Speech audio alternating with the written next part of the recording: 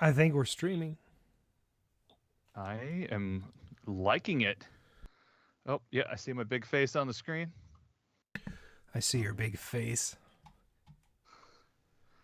Thanks.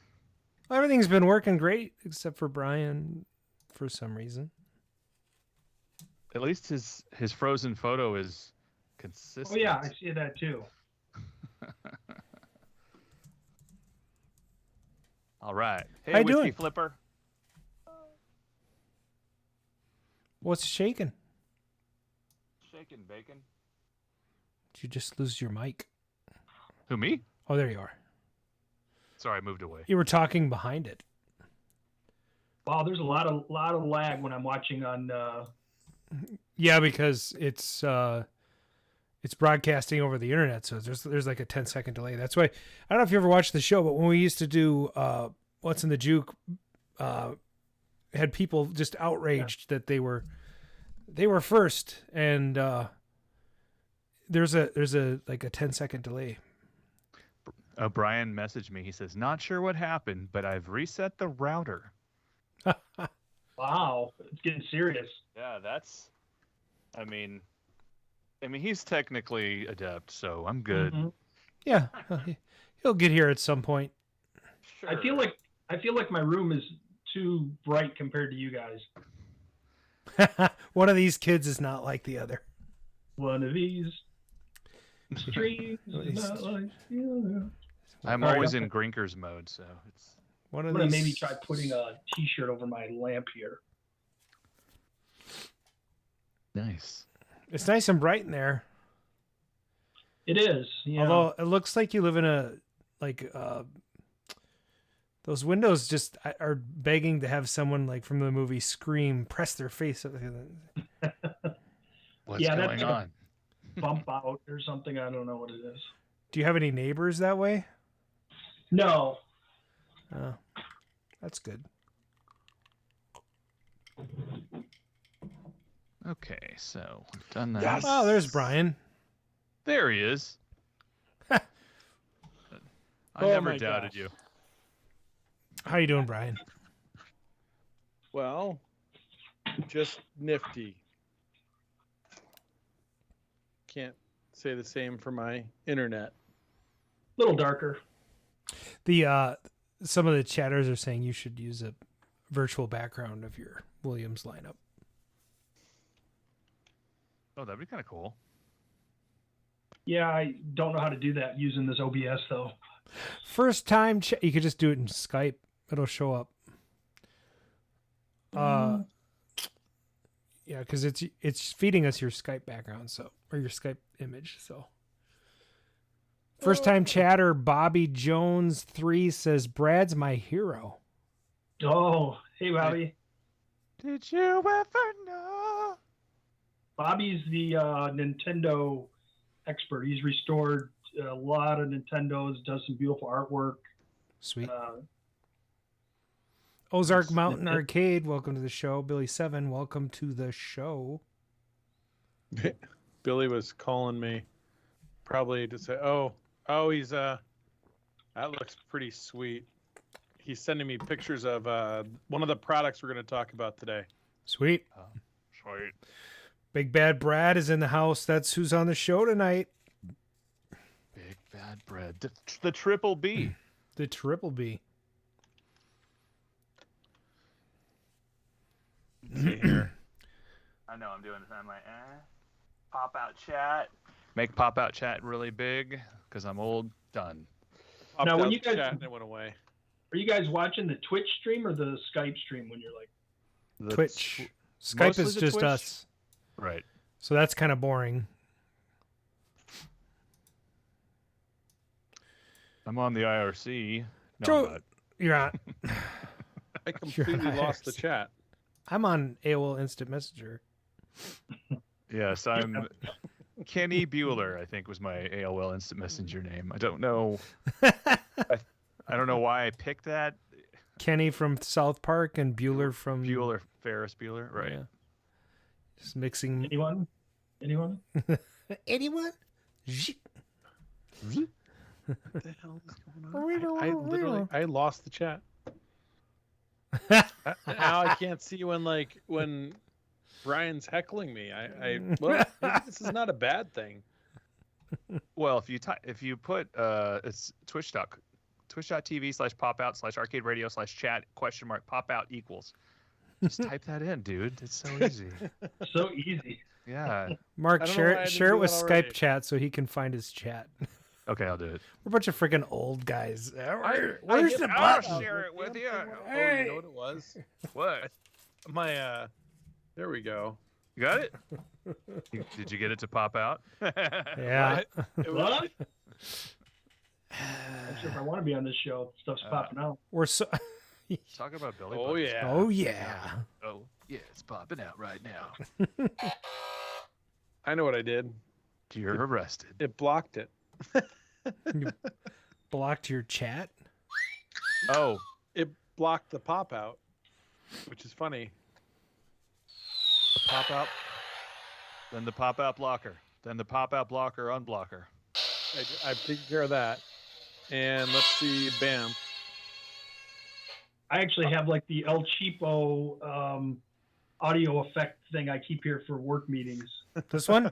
Got like no, mine has fewer. It's got like the rim shot. So I wanted a red bell, and I could only find this, but it says this on the side of it. Did you bring that from prison with you? I don't know where we got it from, but I was like, I showed it to my wife, and she's like, I'm not going to answer to that. And I'm like, ah. So here we are. Is she coming? No. Oh, man. What a show. Wow. Tough crowd. Yee. Yes. I mean, I have a bell too, but mine's virtual. Right. Yep. Yeah.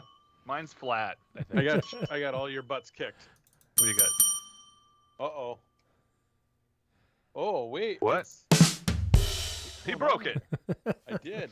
There we go. Oh. That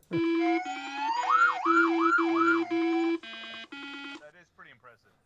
I don't know where I put my fart gun. I mean, the fun part is that you can actually...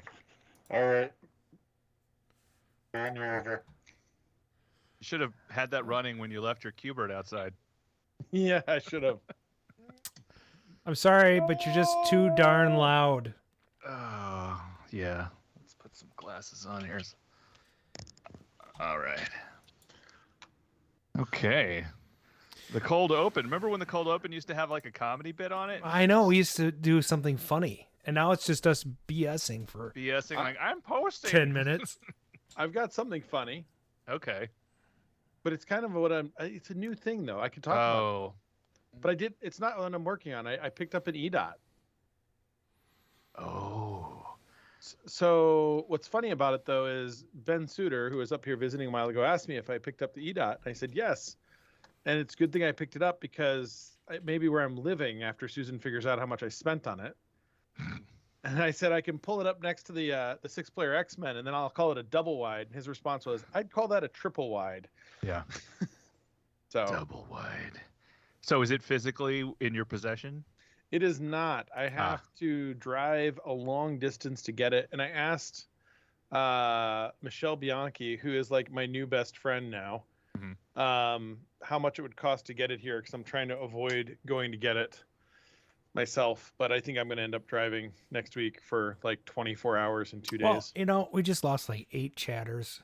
It's because They were Brian like- just sits and brags the whole time. What did I brag? No, look, listen, chat, bragger, disconnect, brag, disconnect. Oh, wait. No, we got 18. Oh, no, We're they're up saying 9 Brad. last They're time I saying looked. Brad. Okay, that's what they're saying. It's Okay. up 9. So it's I'll just keep talking. I'm That's drawing right. them in. All right, let's start the show. Yeah. Okay. Yeah. I agree. Yeah, let's do it. I will allow it. Any day I now. will say, Brian, I use Michelle for all my transport, and it's like one email. She gives me a quote. They send me an electronic invoice, and it's delivered in my driveway, in my garage, wrapped in Beautiful. blankets, done. All right, we're going to start the show. Psych.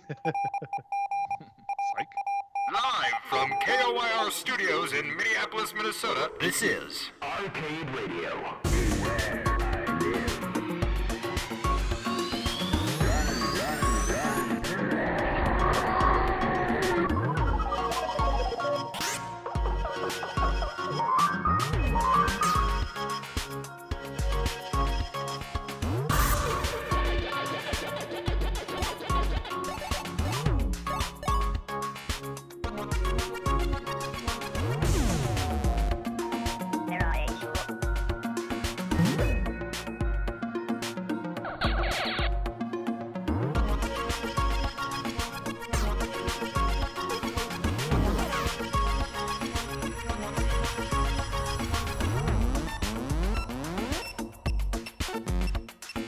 Where I live. Hey, who left my mic on anyway? I mean, it's just rude. Rude.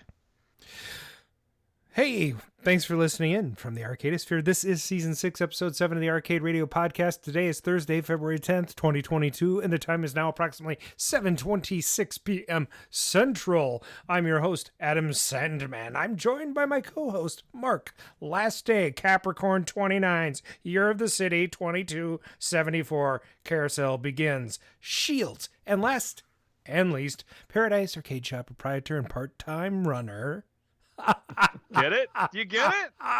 It's Brian Thurston Howell Armitage the Third, and joining us tonight, he's practically a Jedi Master, Ninja Warrior in terms of Williams arcade games, when he's not busy with his day job as an instrumentation technologist. He's hard at work as arcade technologist. Please join us in a warm welcome of applause for Mr. Brad Raedel. Hey, This is a golf clap part of the show. well done. Mm-hmm. Good job. Yes. Yeah, so Brad, for this part of the show, what we like to do is talk about what we've been working on. You have a lot of stuff that you've been working on, and some of it might be focused during the interview period. So just keep it short during this part, and then we'll open that can of worms later on. So, I think I'll start. Yes. Yeah, why How's not? it going, Fire Cop? Oh wait, I got a prop. What? Okay. Let's see. Adam's leaning down. He's picking. No way. He's putting on a red fireman's hat. Is that real? I found. I mean, it on it's really It's a real helmet. I know. Is it for a kid or like an adult? It's I a think I real had one when I was a fiberglass kid. helmet. I'm gonna put a number 5 on the front. Yeah. So here I am. Could you do the whole show like this? No, because I can't hear. What? Exactly. So, fire truck is finished. How long did that take? About a year. Oof. So can everyone see that? Are you sharing on the stream? I'm sharing on the stream. Okay. Let's see. What's it look? Oh, I mean, I know what it looks like. Yeah. Well, Yeah. it looks like fire truck. Oh, that's a cool. What kind of view is that? Is that a blog or something? Oh, that's this is Google Photos album. Oh, okay. I haven't been in my Google Photos in forever. That looks Yeah, nice. so you can see this is how it was when I got it. The bottom had fallen out. So there was no real bottom down here. Mhm. And I'll just skip to the end of the slideshow here, but Oh my god. this is how it turned out. So we got I'm waiting for the lag. Ooh, what's going on down there? Oh, you had a party. It looks like. I sure did. Yeah. So when are you putting in the fire pole? So never. You know, Wait. interesting. Fire poles are not allowed by code, but I'm pretty sure 2-story stripper poles are. Right. So I took apart both steering wheels, rebuilt them with new old stock parts, as you guys know. Had a bunch of wiring issues that I worked out with Billy 7, and then so this is how she turned out. I got it turns out that my board was working most of the time, and that most of my problems were related to the harness, and so the edge connector needed a little love, and once the interconnect cables and the edge connector were cleaned up, it started playing normally. So last Monday, I just had some friends over, and that's actually a kid's helmet there. On my friend Matt. Oh yeah. And that's my friend Tom, and we put her through the paces. It was a huge hit. 240. This shows 230, but 240 is actually the highest score we've gotten on this thing yet, with 2 players. It's on a medium difficulty, I think, or normal. And in order to get the bonus, you have to reach 160, which is pretty challenging, especially with new drivers that have never played the thing before. So, but we did hit we're starting to call it Mac mode, because it reverses all the colors on the screen. All the colors. It changes all the black and white tones, the grayscales, to negative image. So the truck is black and the road is sort of a gray. But it looks like a Mac, like an old Macintosh. Right. So we call it Mac mode when it goes. Is that like when you get beyond a certain point, it does that? Yeah, when you hit that 160 mark, and you run out of time, then it reverses the colors, and then you get to continue to play for another, I don't know how many seconds. So nice. What a pretty monitor. Yeah. So yeah, there's a lot of thanks to a lot of people. Andy's Arcade's video helped me quite a bit. Is it a real black and white monitor? What's that? Is that a real black and white monitor in there? Oh yeah, it's the original 23-inch that was in there. Sweet. Yep. So Paradise Arcade Shop did the repairs on that, and they rejuved it. And it was, I mean, Brian, you saw it in person, but I had pictures of it, and it was nice because I had picture. And he goes, well, I want to rejuve it and see what it does, and then it was just like blinding. It was just like night and day. So, yeah, so that's what I've been working on. So who wants to go next? I'll go. All right, Mark. Okay. So I got a text from Aaron, my buddy, Arcadiology, and he sends me this text, and I get the words first before the picture. So the word said, "You need this," and this happens every once in a while. So I'm waiting for the thing to download, and I finally see the picture. It's a screenshot of Facebook of a Sega Outrun Deluxe full motion for $350, like That's 10 crazy. miles from here. Yes. So I immediately tell the guy, I'll take it. No negotiation necessary. Where are you, and how can I get there? And please put this as sold. And so like he does it. Very nice guy. I sent him. I think I PayPal'd him or Venmo'd him like immediately. And the next day I came myself with the truck, and I brought my the trailer.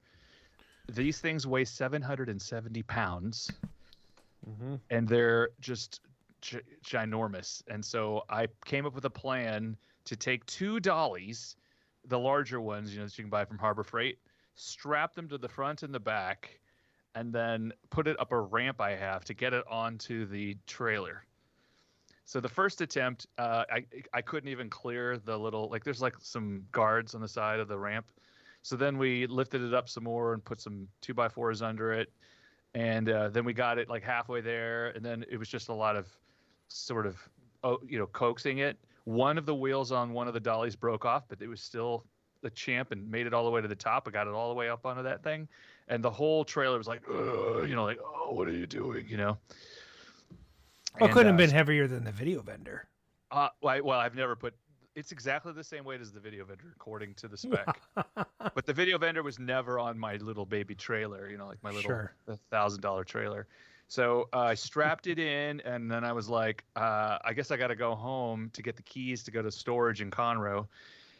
Halfway to Conroe, so many of the straps broke that people were like honking, like, hey, your shit's gonna fall off, So I had to pull over and restrap it again, but like the Hail Mary straps, right? Where you're like, you know what, I wasn't gonna strap around that last time, but now I am, because it has very sharp edges. I mean, I'm sure people have been lacerated a lot by falling on this thing. So anyway, I got it into storage. I backed the trailer into the unit, and I unhooked it, and I left it strapped. I was like, I just can't take it off. I'll wait for another day to conquer that. But he did plug it in before we moved it, and he's like, oh, the monitor's flashing, and I'm like, okay, the vertical hold needs to be adjusted. Check. And then, but it wouldn't center. Like, it was looking for a center, and I know that there's just some regular, switches that it uses to, sort of center itself, and it wasn't finding them. So it'll be a fun fix. But yeah, I'm super excited about it. I blew up on Twitter. Like 1 million people from Japan were like, "Oh, this is awesome!" They didn't use that accent.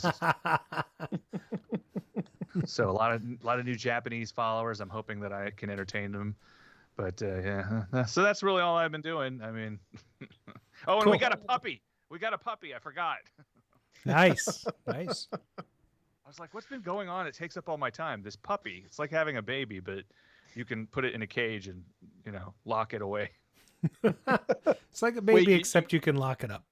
You can't do that with babies? No. Well, I don't know. Shit. Nope. Yeah.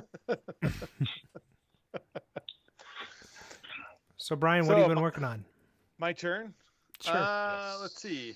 I've been working on a number of things. With the guys and I have been working on Dark Legacy, Gauntlet Dark Legacy, Circus, which I picked up in that lot of games.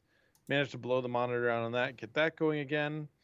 And then one of the games that actually disappointed me is I pulled out my Roadrunner, and we got the power supply working on that, got everything working, and in the process of putting it together, we actually shorted the board set out by accident by plugging the harness in backwards, and managed to fry the board set out again. So it was like back to square one.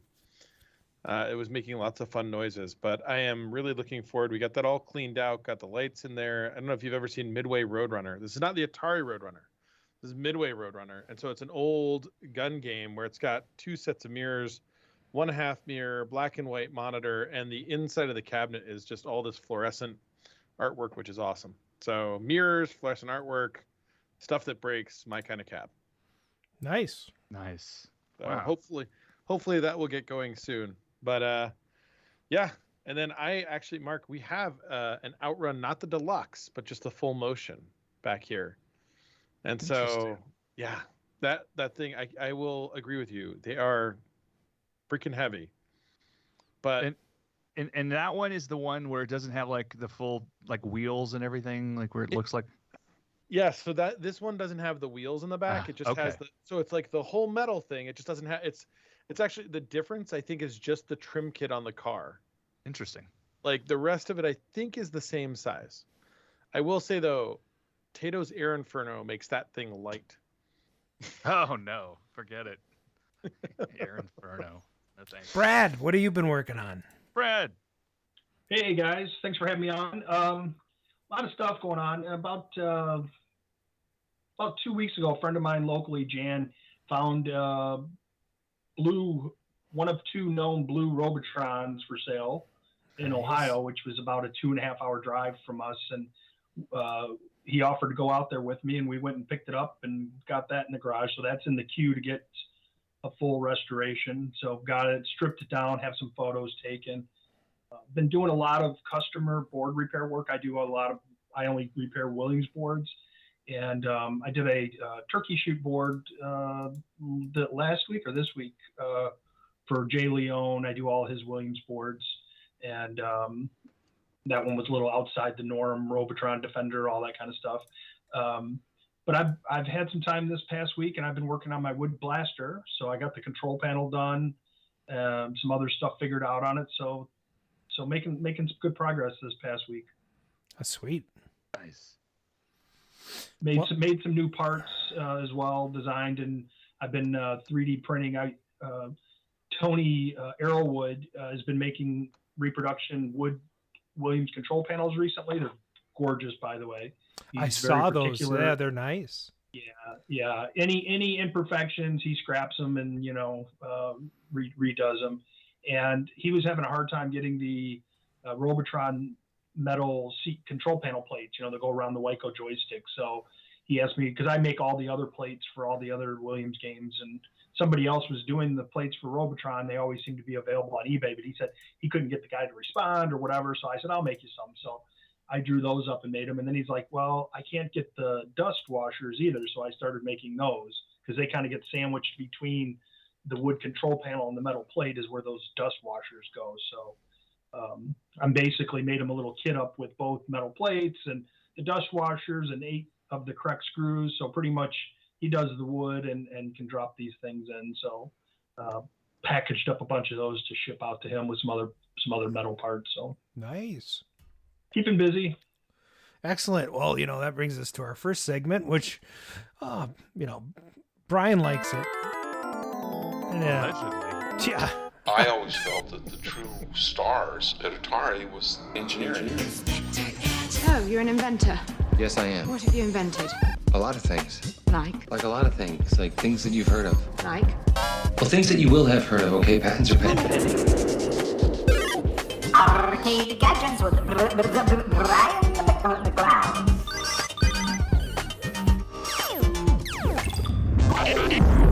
Welcome to the Gadget segment. We actually have a lot of gadgets today, so many that I didn't want to list them because then Adam would yell at me. So I'm just going to go through them relatively quickly here. First off, I think I've showed these before, but we finally have the final version of them. The MCR amp boards are done with heat sinks. Those will be coming soon. We actually are having them built now. Another product that we haven't talked about, I'm going to do a couple of mine really quickly, then we'll move on. But I thought this was cool, and I don't think I showed this last time. So this was the final version of the lunar lander boards. Did I show you guys this? So this is clear mask. And you talked about it, but amazing. Yes. And so I mean, I don't know if this is the final version of how I'm going to do these, but this board looks amazing. And you can see if we go up close, it's got all of the labeling done in the proper solder masked areas. It's actually got, so your coin 1, coin 2 would be done in the metallic. So that was fun. Another one that we're getting ready to test. Of course, all the stuff that I need, because nobody can have enough Journey machines. Here's the Journey board stack. Oh, wow. And for those of you who say, well, but you need the tape player board, there you go. Oh, there it is. So those need to be tested. The original board set that we're working off of is right here. Mm-hmm. And now for the really cool product of the day, and Billy Seven's going to be really upset with me for sharing this. But for those of you who haven't seen this, so these are not the poured ones from Canada. These are molded. And so Arcade Shop started carrying these again. They are $30 for a set with trigger. And so they come with the molded triggers. Oh, let me show this here. They have both Satan's Hollow and obviously Tron, discs of Tron. And they're done with the fluorescent inks. So they do glow. I can tell you, so I brought these in and showed Billy in the shop, and he's like, you don't really need extra handles. Why do you need extra handles? He took them home and held the blue ones next to his Tron. It's like a perfect match in what it glows. And I mean, the quality of these, the molded quality of them is just amazing. So don't buy these before I have a chance to buy 2 more sets of blue ones. But they're selling out like hotcakes? Well, so Arcade Shop's closed right now. What? Well, they're like temporary closed, but Dave actually sent me a message. He's like, don't tell people until we have a chance to buy them. But they're $30, and I, honestly, for the quality that these are, if you have a Tron, discs of Tron, Satan's Hollow, I want to go support Arcade Shop. It's a great buy. It was excellent. So that's it for products. See, I hauled butt through it. We did like 4 of them here. That's amazing. That means we can move on to what we like to call the news. You know, if we want. Oh, sorry. Yeah, right. Oh, we did a. Cut that guy off in the middle of his sentence. Good evening. The arcade news, arcades, pinball, industry alumni, arcade openings, selecting celebrities, world record holders, operators, going out, conventions. The arcade news. We interrupt the ventilated element. Now, the arcade news with That's me. Welcome to. I see that Brian was able to squeeze in what he was going to say at the end, but through the chat. Well, you know. So from NintendoLife.com, the arcade emulator MAME, which stands for Multiple Arcade Machine Emulators, is now 25 years old. That's great. Oh my God. Wow. It's been 25 years since a very crappy version of all the games has been available. That's not true. What else did you have back then? There was no FPGA. Well, no, but I mean, like, I guess I didn't know, like, you're. I always thought when MAME started, it was perfect for classic arcade games. Right. So you had, Right. Pac-Man and Miss Pac-Man and Donkey Kong and anything that didn't need a whole lot of computing power in 1997. Right. It was cool. You could Right, play I arcade games on your PC. On a plane or something. Yeah, I did. On a plane? Well, so I was the webmaster of Compact.com back then, and we used to have a projector. We projected up on the wall, and that was our game room night. Oh, fun!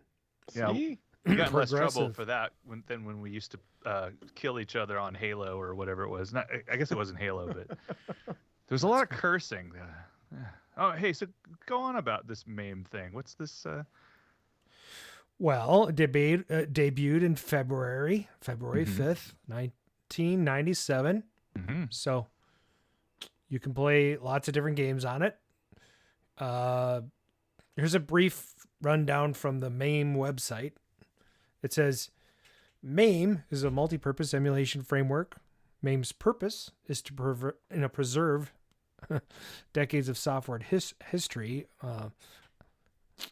That seems a thinly veiled plot to me, But read that last paragraph.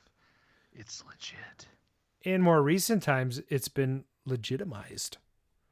For example, it was discovered Capcom utilized code from MAME in the 2021 release of Capcom Arcade Stadium.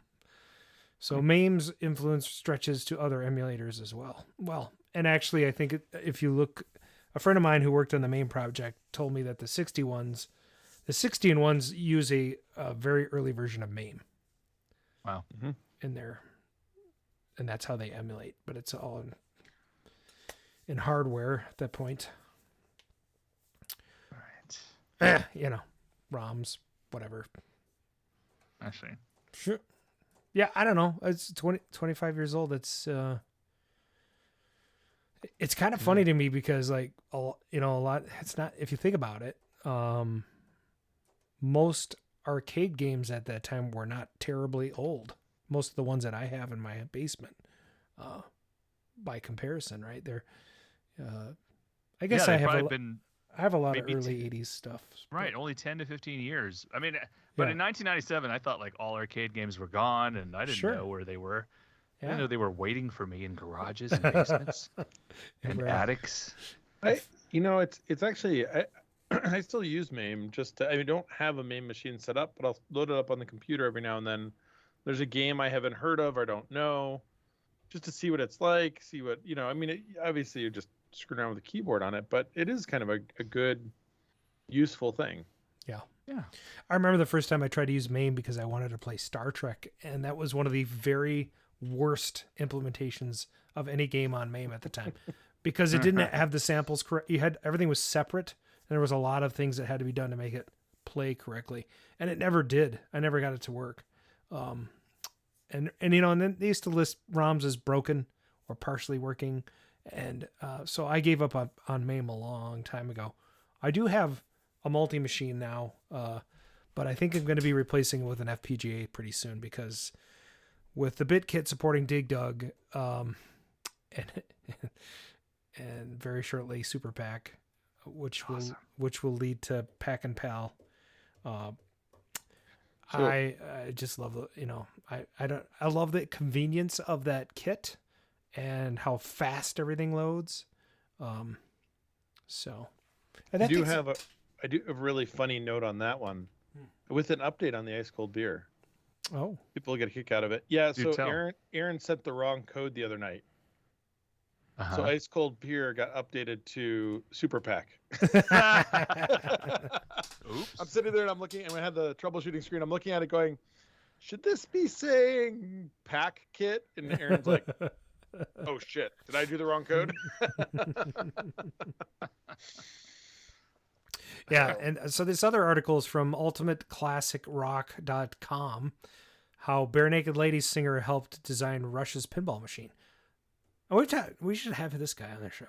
Yeah, I think is this the one Ed Bare Robertson? Naked Ladies guy that didn't leave? Yeah. Well, I mean, they all didn't leave. Well, yeah, just the one. They kicked him out, I think. Did they? Was he a pain in the ass? Yeah, he had some addiction issues and home issues and all kinds of stuff. That's too I think he's doing better now, though. Oh. So Bare Naked Ladies, Ed Robertson knew exactly what a Rush game needed. That's because he's freaking Canadian. Oh yeah. Oh yeah. So he and Stern enlisted him as the creative director because apparently he like hangs out with these pinball guys because he's got like a pinball collection or something. Wow, I guess I could see the Stern guys sucking up to a famous singer from a famous band. Yeah, well, they made a pinball song, right? I mean, they got an album. They got an album called Silver Ball. Oh man, I haven't been keeping up with my Bare Naked Ladies history. I just got to keep up with my fellow Canadians. Is that right? Oh yeah, I forgot that's where you come from. He was made in Canada. So no, I was made in the U.S. of Canadian right factories. So he says he wanted the game to appeal to hardcore Rush fans as well as the hardcore pinball nerd. So Robertson, an enthusiast and avid machine collector himself, tells UCR it needed to be fast, fun, challenging, and then the software and the coding needed to do justice to the intensity of the band. So the machine has to embrace the complexity and the intensity and the authenticity and the humor that's all part of Rush, which is I find interesting because you're either a Rush fan or you're not. And I am not. Or you're either a Rush fan or you're a woman. So just that's another factor that plays into it. Yes, go to a Rush concert and there will not be a woman there, guaranteed. Anyway, he goes on to say all about the creation of the game and basically says that in the end, I loved the process and I've been tight with the guys at Stern for many years, so I wouldn't be shocked if you saw me involved in another project down the road, he says. I don't be kind of a Bare Naked Ladies pinball would be kind of fun. Don't hold your breath. Where is it? This has been a dream project for me, the fusing of my two passions, and to work closely with Getty and Alex through the whole process. Has been a great time. So, has anyone played the Rush pinball game? Negative. No. The Stern music games have they've been okay, but not great. I will say I hate the band. Wow. But well, that's not harsh. Rush, but the Guns N' Roses pinball. Jersey Jack's execution of that was unbelievable. I mean, the machine looks amazing, but I haven't seen the Rush one yet. I'll have to go and take a look at it. But their recent music ones, AC/DC was awesome, and to me, it just kind of trailed off after then. Well, I love exactly two songs by Rush, and then Tom Sawyer. And mostly because it was in Chuck during Oh, Chuck versus the Missile Command or whatever. That was we an need to awesome. watch Chuck together. It's a great show. That's what I hear. Yeah, I can't believe you haven't seen that episode. I haven't seen one episode of Chuck. It is a good show. Wow. It's not as good as Psych. But How long are they? Half-hour episodes of Chuck? I think they're an hour. Maybe I can talk my wife into it. Oh, They're they're an- an hour? Did Yeah, but that's like 42 minutes. Right, whatever. right. Yeah, 'Cause all I see in this house is The Office and Schitt's Creek repeat every 5 weeks. The whole thing loops again. The Office is good, but come on. Cool. And Schitt's Creek's good, but I don't know if I could bear to watch it more than once or twice. Right. It's a good show though. Whiskey Flippers pointing out that Bare Naked Ladies did the theme for Big Bang Theory. So how about a Big Bang Theory pinball? That'd be fun. That would be interesting. Yes. Bring Kaylee Cuoco back. So the guys that do the playfields for Jersey Jack and Stern will be the same guys doing the playfields for Ice Cold Beer. And so they're actually doing all of the prototypes now for the next round of Stern and Jersey Jack pinballs. And we had dinner with them the other night, and at least 5 times they said, we know what they are, we just can't tell you. I'm like, can you just stop? We were like, and we actually said to them one time, like, can you not tell us? Or can you? They're like, oh, no. That's a real, like, it's, we're really saying, like, okay, so then just leave it off the table. But it's kind of interesting. They've already run the next playfields. Right. And when they run the playfields, do they need to put it through that weird press that they've used like since the 80s? Do you know the one?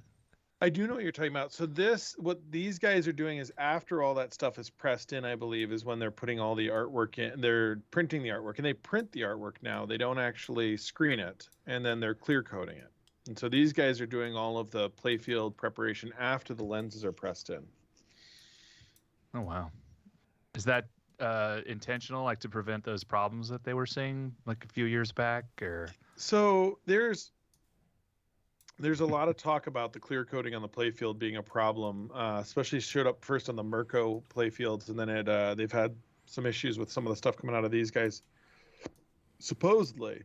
But they claim that it's not the clear coat that's the issue. It's actually, knowing way too much about this now, they actually are showing that there's issues with climate control between where they're cut and where they're processed, and if you don't. They actually were doing tests on trucks where they were like keeping them at constant temperature and showed that like all of these problems that they see, warping, delamination, all go away if you maintain proper environmental control. And when they were like hot, cold, all sorts of other problems are coming up. It was crazy. So they actually went and fitted trucks with like heating systems to show this would work, and like had like people driving in cars and in trucks and keeping it in their passenger seat. It was kind of interesting. So, wow. Well, at least that's better than just blaming it on, oh, it's your fault or whatever. So it's that guy. Yeah. Your mom. I don't know. What? Is this segment over? I don't know. Yeah, I think it is. Are you killed it? Over to you, Mark. Back in '82, I used to be able to throw a pigskin a quarter mile. Back to the Cade with Time Runner. Why are things so heavy in the future? Is there a problem with the Earth's gravitational pull? Hey, everybody. Welcome to Back to the Cade. This first portion of Back to the Cade is where I talk about something that interests me. And right now I want to talk about the Book of Boba Fett. First of all, I thought Boba Fett should have been left dead. Wait a second. You're not going to get any spoilers, are you? No, I'll be very generic, but it's really good. Like they finally brought him back. Like they had 2 episodes where he was like in it for 1 minute. Are you caught up? I am. You are? Yeah. I mean, I'm entertained. I enjoy it. It's a guilty pleasure You know, I don't feel guilty about it at all. I'm glad that, someone finally is doing Star Wars correctly. Yeah, but I mean, one of the other fun things that happened this season is Dean Cundy, the director of photography for, E.T. and not E.T. but Jurassic Park and Back to the Future and Halloween and The Thing and Who Framed Roger Rabbit. He actually DP'd 2 of the episodes. Did he do the last one? Because no, he did not. That was an awesome episode. Yeah, that was. Probably one of the best, most entertaining Star Wars things I've ever seen. Right? And I like that they don't mind bringing in characters that you think, oh, they would never bring in this character. You're like, that's not the way this TV show works. I'm like, no, he's just a normal guy in the show. Well, not normal, but you know what I'm saying. Without me spoiling anything. So, what are they saying here in the chat? You got Star Wars El Mariachi in the finale. Oh, I can't wait. Yeah, if they have Robert Rodriguez do it, I'm down. Oh, you haven't seen the finale? Was that the finale? Like, is it over? Last night was the finale. Dang it, it's over? If you saw the same episode I did, that was a good ending. And it was like 69 minutes. I haven't watched it. So I was looking forward to a couple more weeks. Nope. Me too. I thought maybe they were gonna wrap things up, like do a little tag, episode. That's why if you stayed through the credits, there was another bonus scene. Oh. Okay, maybe I missed that. My wife and I were like, it was good. Yay. It was good. And that's why also when you put on Disney, it says now streaming the finale. Maybe you didn't watch the finale. Maybe you watched the second to the last episode. No, I definitely watched the one where where the baby dies. Yeah, where the bubble pops. Yeah. Yep. So that's cool. I'm glad you're enjoying that. I can't wait for Obi-Wan. I think that'll be fun.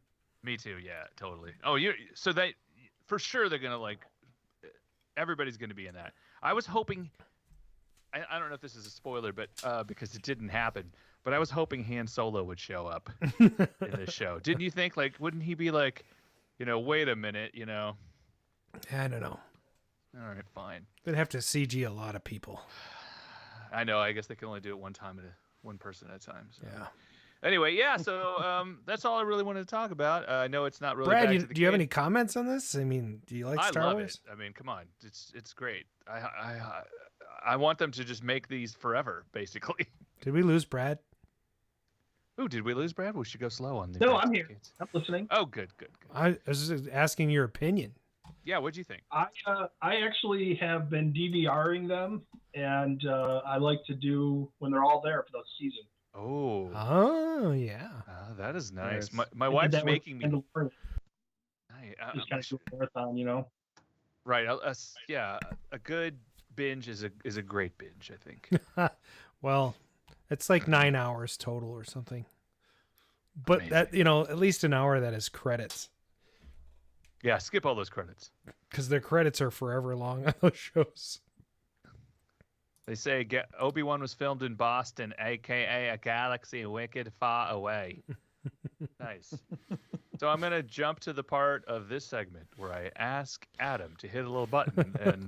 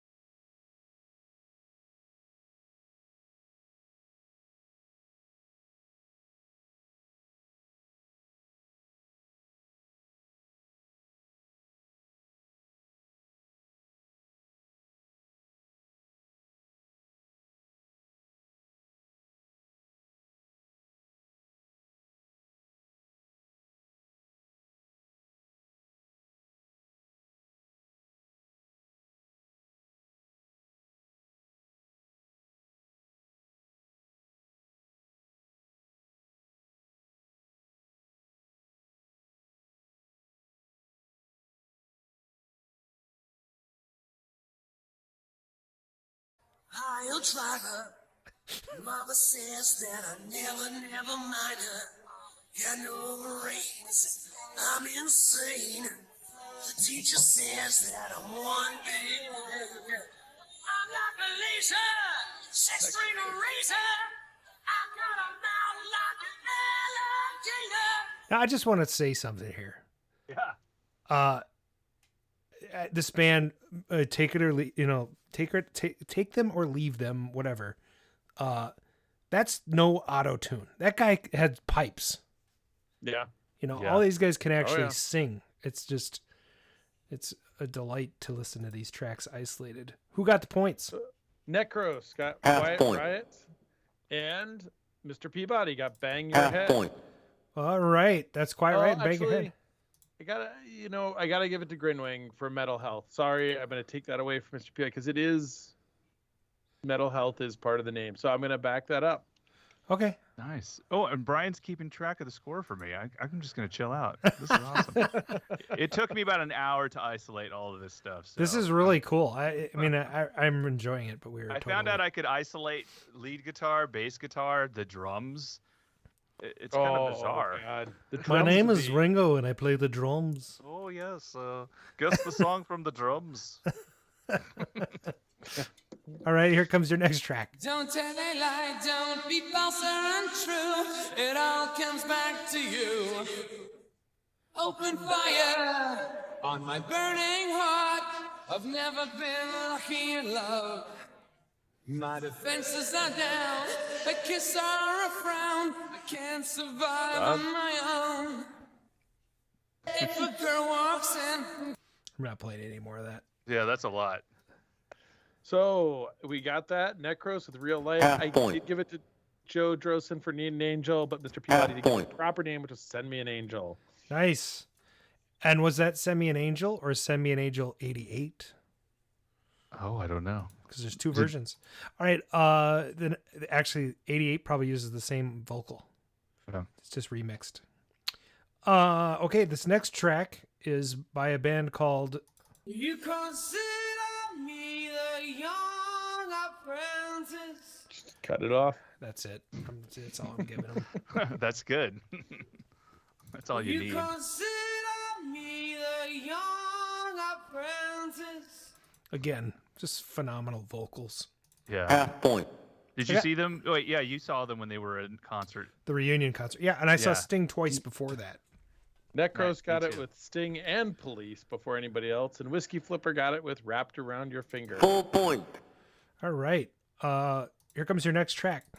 When you close your eyes and you go to sleep. That's enough of that, too. When you close your eyes and you go to sleep. Brad, what do you think of this stuff? I think he fell asleep. I think if I were playing, I'd have a big advantage because there's definitely a lot more lag. Oh yeah, yeah, no kidding. Yeah, we tell people I could look the song up and query it on my phone and put the correct answer before anybody else even hears it. I love it. You should do it on the next one.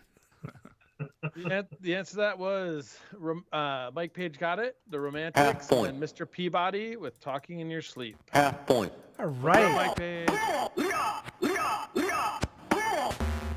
We have a pretty tight race right now. 1.5 and Grinwing, 2 with Mr. Peabody, and 1.5 with Necros. Nice. Okay, we're coming up with your last two tracks. Fight like a robot. Okay, here we go. I get up and nothing gets me down. So weird. I get up and nothing gets me down. He's a little flat. That's kind of funny. That's just him. He's not a very good singer. And now he's terrible. If you watch anything like Van Halen over... Oh, is that true? Yeah, from 2015 on, whenever he rejoined the band, it's just terrible. He just can't sing.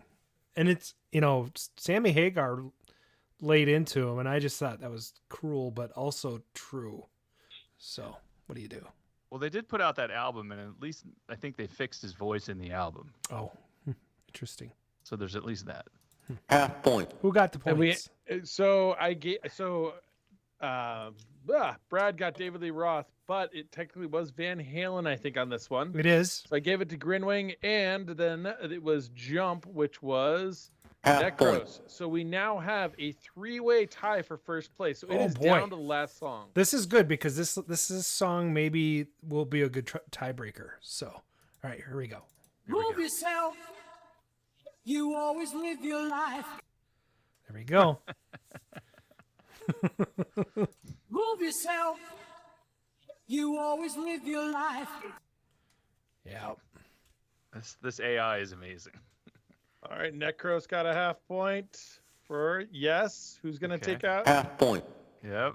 And Whiskey Flipper. Half The point. spoiler at half point prevents Mr. Peabody for Greenwing and jumping in. Oh. No, yeah. Oh, yeah. Necros, the winner.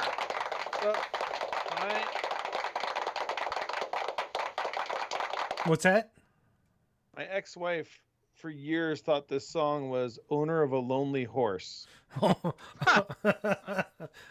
Much of better a than Owner lonely of horse. Two Lonely Horses.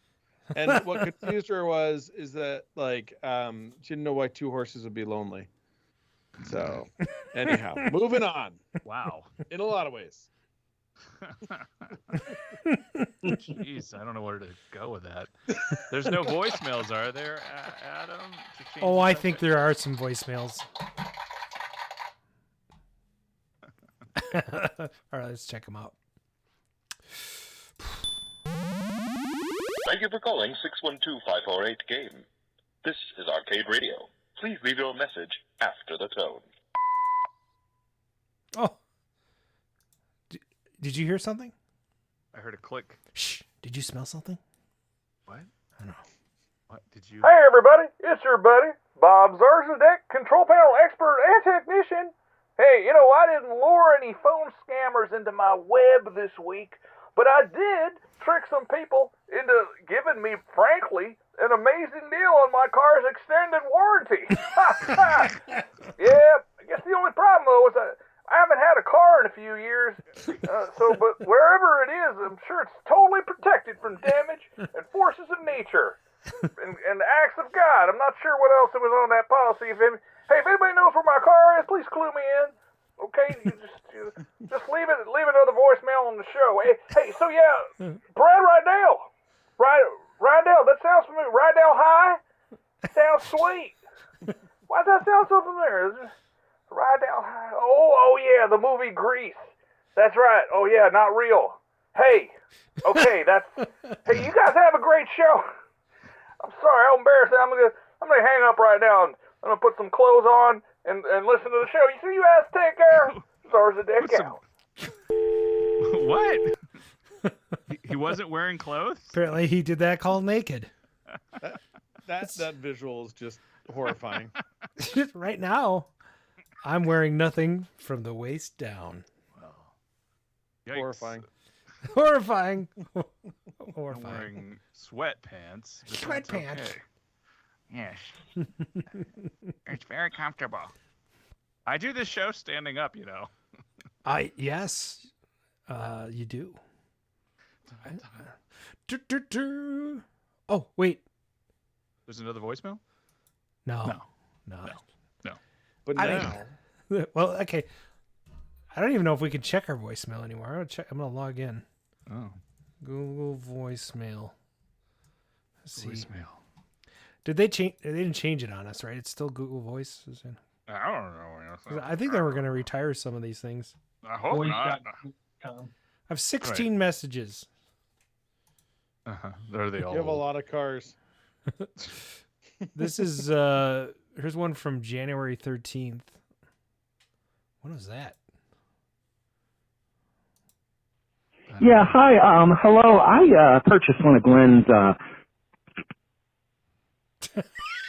What? I think that was Christopher. I do think that was Christopher. Yeah. Here's one from January 20th. 2 seconds long. There's nobody there. Come on, give me something. Go, who are you calling? All right, here comes another one. This is 7 seconds. And I'm doing these blind because What can go wrong? Nothing. Nothing ever goes wrong on the show. Right. I do like the David Hasselhoff one from a while back. Should just dig deep into the backlog of voicemails. Nice. Heritage Academy? What? Yep. Here we go.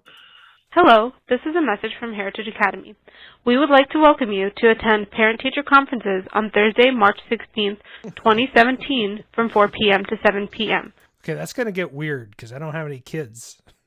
Right. I mean, I'm just going to show up like I was invited. of. I was invited to show up. Yeah, I would go there with a copy of this recording and be like, "Hey, I was invited." Yeah. Yeah, I think the restraining order supersedes that, though. 500 feet from the school. Well. We meet again, restraining order. Here's another one. This one's from way back, January 5th, 2017. Hi, you've reached the love line. We can tell that you're a preferred caller. So congratulations on making it to our platinum level membership. Whoa. That's a good one. I'm going to keep that one. I want to play that one over and over again. Yeah, make that an alarm or something. Wow. Here's another one from way back, February 2017. Hey, Todd. This is Jen. And I was wondering, I got this blue Duramold in my living room, and when people come over, they just don't know what it is. Some people think it's a urinal.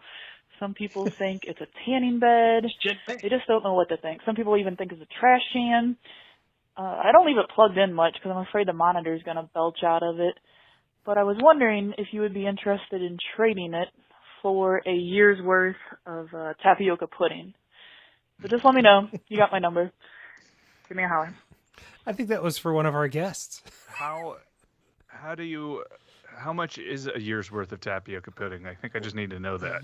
I don't know. But if you turn a Duramold upside down, it might be able to use it as a urinal. So what was the blue? Was it a blue blaster Duramold? Bubbles. The bubbles. Oh, the bubbles. Brad, do you have a Bubbles Duramold? I didn't look at your backdrop there. No, I'm decided I'm not a big fan of the Duramolds personally, like in terms of in my collection, just because I like the wood cabs. Yeah. So I don't have one. I've had the opportunity to get a Bubbles, a blue one, and I've came across a black one that was converted to a RoboCop. Actually, the conversion looked pretty good on it. Oh, that would be kind of actually. I could dig that.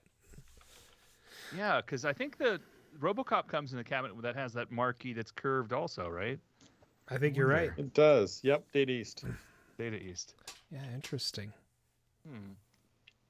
Make a Ghostbusters one. Paint. Have it be white. With the alarms on the top and stuff. That'd be. Oh, there you go. Yeah. Here's another call from way back. Sex. This one's to Todd. Todd. Was Todd Tucky on the show? Hello, this is Phyllis. I'm calling for Todd Tucky. Oh, I remember this. Such call. a big fan, Todd. Yeah, yeah. So we do have some archives. We should maybe make a. Oh, I like your Duramold cabinet. Get my Duramold Bubbles. That's fantastic. Let's get a close up of that guy. That is awesome. I like that the monitor's on. I mean, how? Yeah, I did not make. That's not mine. I got that photo from someone else. Not claiming it as my own, but I'm claiming it as being pretty funny. So you gotta. It would be. It would be actually really good is if you had a little video one with a Sinistar yelling, "Run, coward, run, run." I think Bubbles is a great game. Run. Oh, I'm sorry. You don't like it? Are you just not good at it? I guess I'm not. I mean, I just am not. You know what? I didn't have a connection. You know what I mean? Like if I had been a kid, I think I would have loved it. Sure. But as an adult, I was annoyed, I guess. By what? Because it's kind of complicated. Well, because it's not immediately like, well, what can I push into the drain? Like do I have it's to find less out complicated than Black Widow. Oh God, yes. Don't get me started on Black Widow. I love that game too. You're Bubbles shoving is things pretty into a easy. hole there, too. Don't run into the spiders. Don't force your face into a razor blade. And Oh, I thought those were erasers. Now it makes sense. I don't actually own a cabinet, so there's never been a little instruction pad, the little. It's on one of the Williams classic compilations for the PlayStation 2 or Right. 3. But I would definitely make a Williams row and make sure I have a bubbles, though, for sure. yeah, you got to have the bubbles in there for sure. Right. Speaking of Williams rows, Yes. Oh, you want to move on to the I think we should go to the next segment. Yeah. That's a great segue. That's it. Speaking of stuff, All right.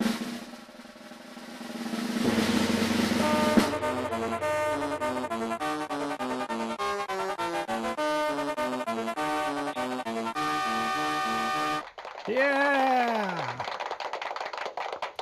That's good. It's good to have you back. Wait a minute.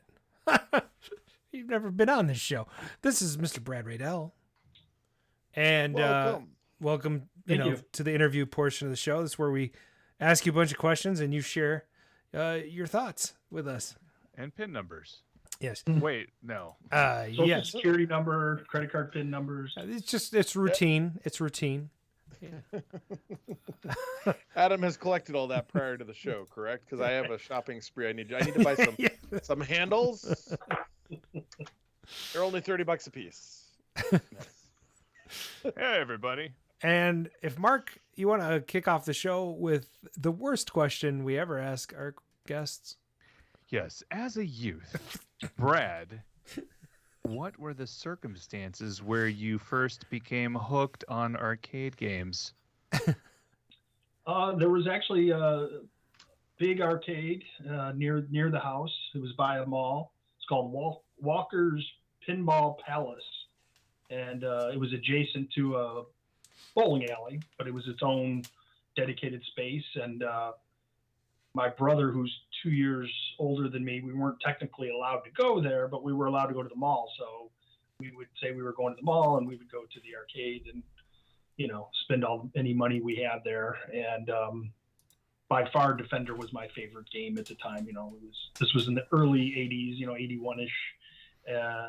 So that was kind of the newest one out, and everybody wanted to play it, and they had 4 or 5 in a row. And that was kind of my first real exposure to, I played Asteroids and stuff like that when I was younger, but probably 11, 12 years old is when we really got into a real arcade, spent some time in there. So I've said this on the show, but I hated Defender when I played it because it took my money in like less than 30 seconds. There's a puppy. And so my follow-up question is, is the puppy going to take over the show? Oh my gosh. What a cute puppy. It's puppy time. Oh my gosh. Cocker Spaniel? Yeah, your master. All right. Nice. So, back to you, Brad. So you think Defender was what seeded your William, your sort of like interest in Williams games? Yeah, so that was probably the game I played the most at the arcade, and then as a 30-year-old adult, I was on Craigslist. Had just come out, and it was like 97, 98, something like that, and I was perusing locally on Craigslist, and there was a Defender game, I don't know, maybe within a mile of my house that was $200, and it was completely unmolested, original, intact, working, ready to go. And I had a pickup truck at the time, and my buddy was over at the house, and we drove over and picked it up and brought it home. And I was single at the time and went right in my living room and played it and played it and played it. And I had that game. And then after I got married, was still in a relatively small house on a lake. And the wife was like, the game's got to go. We're not having a game in our living room, So fortunately, I had a friend that had a big house with a game room, pool table, dartboards, all that. So he offered to hold it for me till my circumstances changed, and so whether I got a bigger house or a new wife or whatever happened, which one was it? Yes. I'm with my first and only wife. So. Okay. Oh, good for you. Some of us had a couple by now. Yeah, you know, you got to do what you got to do.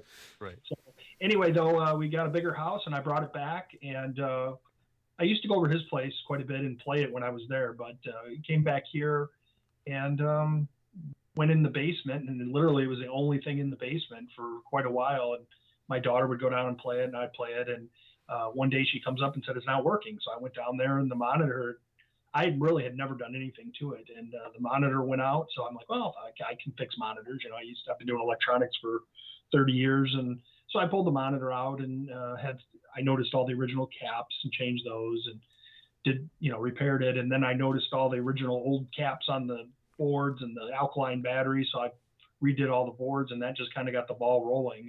I thought, well, I'd like to have a spare board set in case after I croak and my daughter has this game, I'm envisioning being a cherished heirloom, right? And right. If he craps out, it'd be nice to have a spare set of boards in the back and some static bags. Just somebody swaps them out and they can keep the thing running. So I ordered, I went on eBay and found a dead set of boards for $30 and repaired them, restored them, put them in the back, and then I started buying more boards and fixing them and selling them as working boards, and it just kind of snowballed out of control. So.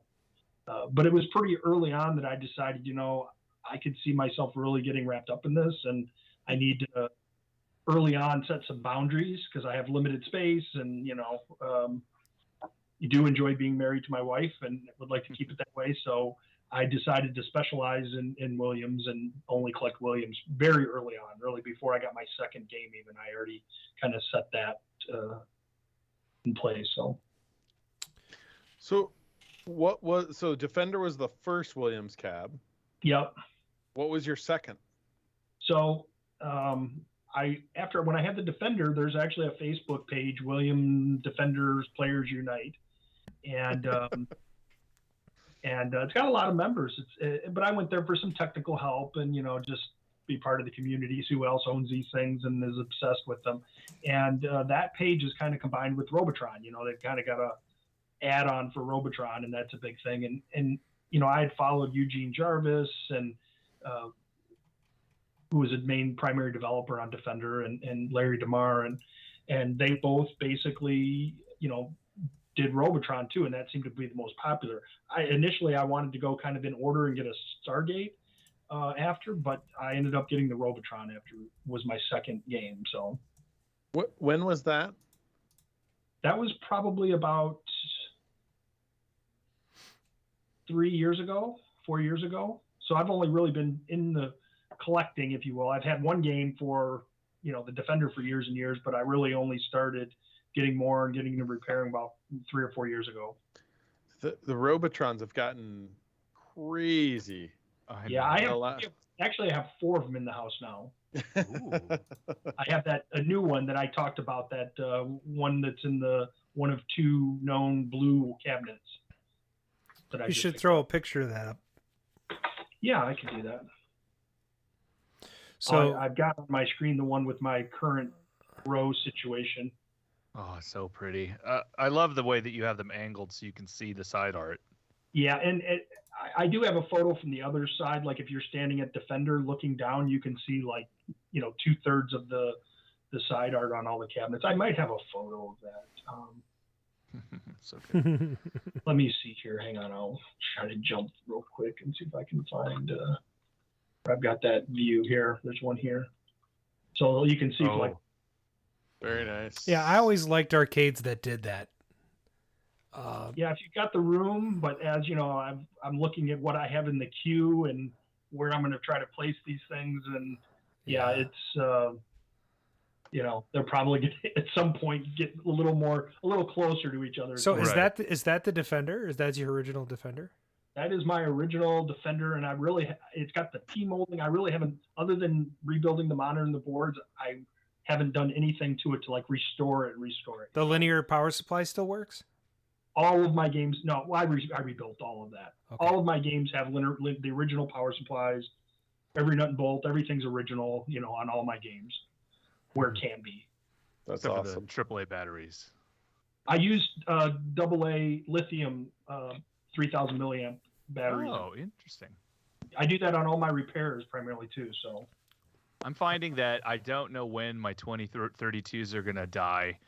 And so I'm constantly being surprised at random times. So yeah, like on the Defender, you really don't want to run the 2032s. The 5101 CMOS draws more standby current than like the 5514s used on the later games like Robotron and stuff. So you'll flatten a little coin cell 3 volt in 5 months. You know, now I take that back to some extent. There's different manufacturers of the 5101, and like the Harris brand seems to draw less current, so it might last a year and a half. But the majority of them that were used will draw the battery down pretty quick. One of the things I find interesting about linear power supplies in the Williams games is, starting with Defender, they basically, and Defender's a great example. They borrowed from their pinball department pretty heavily. Oh yeah. So the linear power supply is actually the same one that they put in a lot of the pinballs, and they also used a 3-slot coin door, which I just imagine them going over to some pinball machine and pulling it off there, sticking it on the front. Yeah. So I feel, my turkey shoot has a silver door as well, which, seems to be a pinball door, right? I just wonder why they decided to do that. Because that was considerably down the road from the Defender. I think they're probably using parts that were available in the shop. It's interesting. They probably had a bunch made and they just put them on. Yeah, I do put a custom heat sink here on the large BR1 bridge rectifier. Oh wow! And it kind of matches the other heat sinks. Yeah, this is beautiful, by the way. Those for 832. And I see you have green LEDs and some other fun things going on there. Yeah, I put a 10K 10-turn potentiometer for the 5 volt on it, and all of my games actually have the red original LEDs, but I started doing these on a lot of rebuilds for people. A lot of people love them. It adds a lot of light in the back of the cabinet, and I think at the time in the 80s the red LEDs were considerably brighter and probably a lot cheaper than green because, sure. I mean, the purpose of those lights is to indicate that each, the 5 volt, the 12 volt, and the -5 is working, right? I mean, It doesn't make a lot of sense to use red to indicate you're good to go. Yeah, so, right. I envision if the engineers had access to green LEDs that were bright as the red at a good price, they would have went that route. But see some quality caps there, Nichicon or Panasonic. Yeah, I buy the cap kits actually because there's a large 18,000 microfarad axial cap. Yeah. And Arcade Parts and Repair has them Peter made over there. He had those custom made, I believe, or ordered enough to make it worthwhile.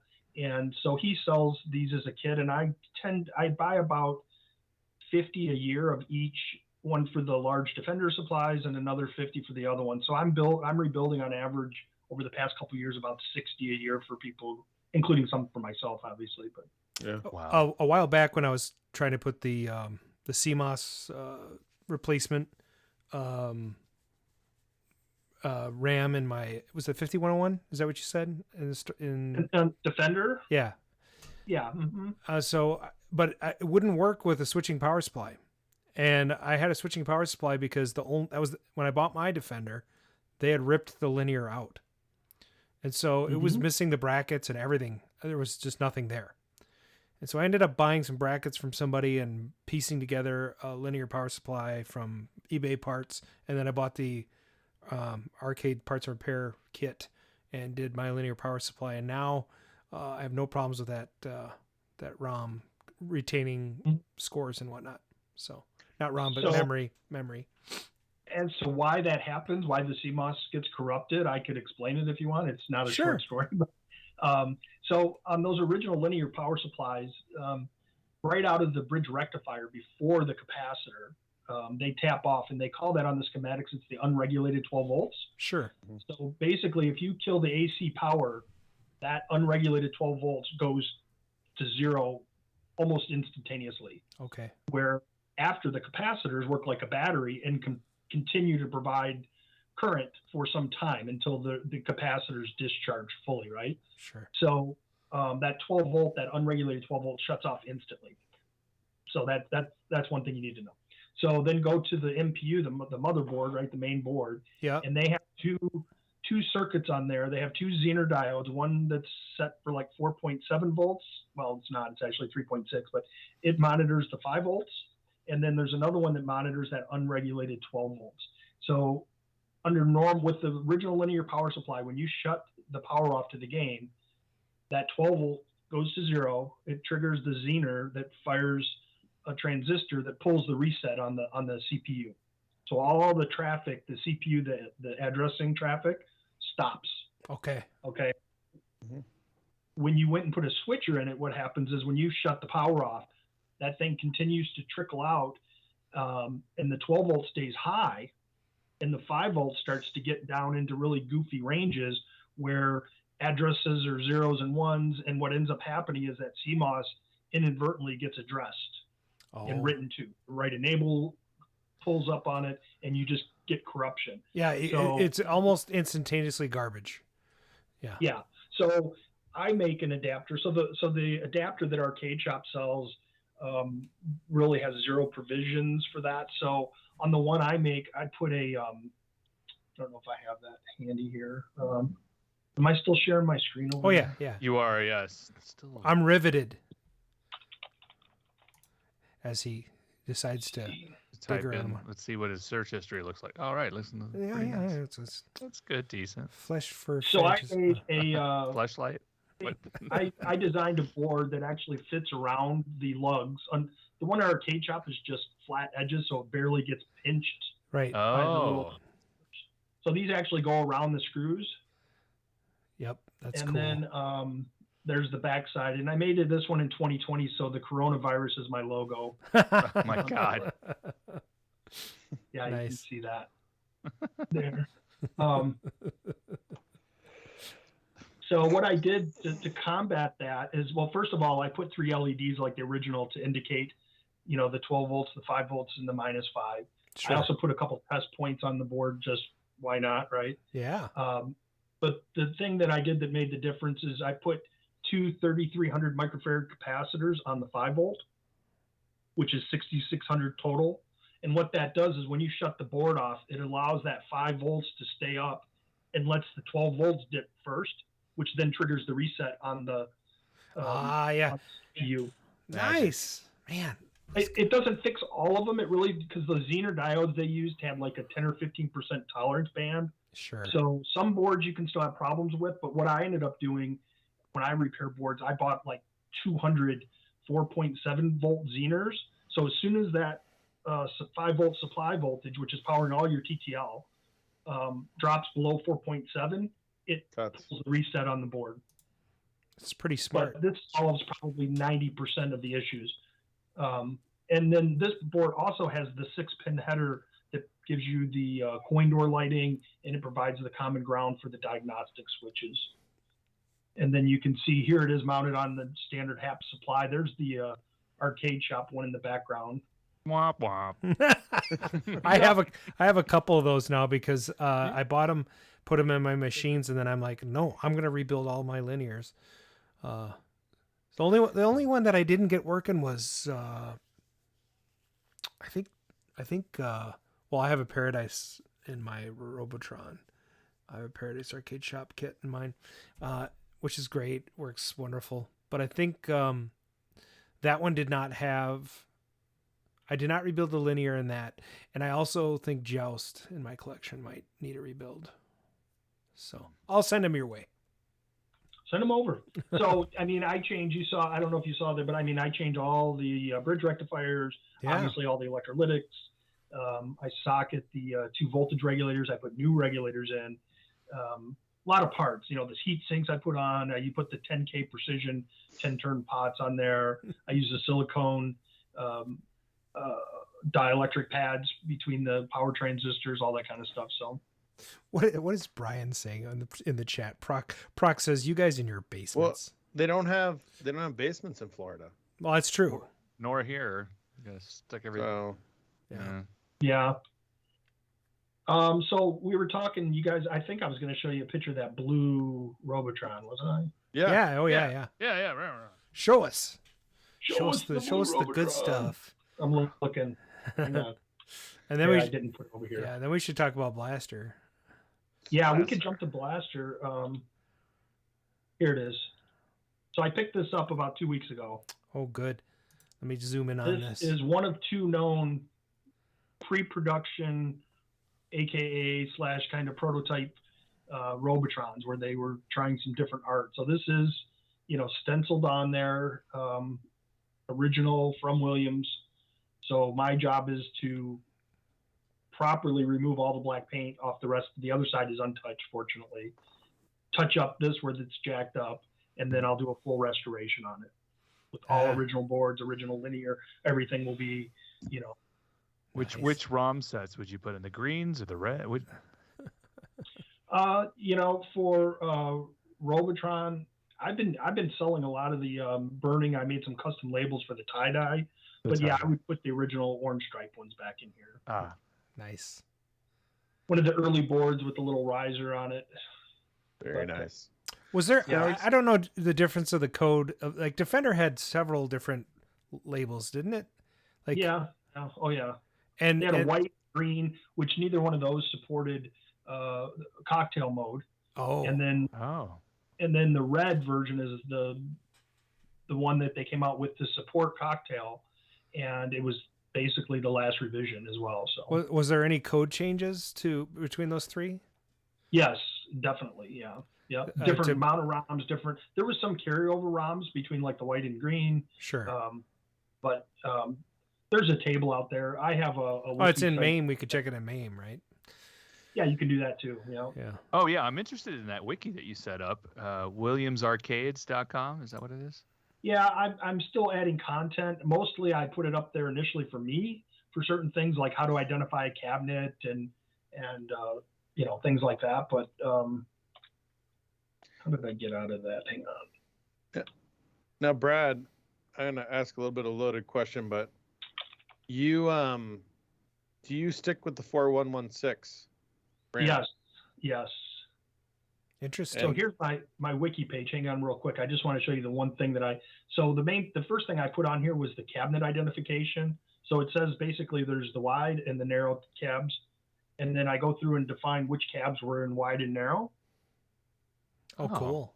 And then it gives you some of the links for the marquee. And then if you wanted, so if you're trying to identify, I know this is a Williams cab.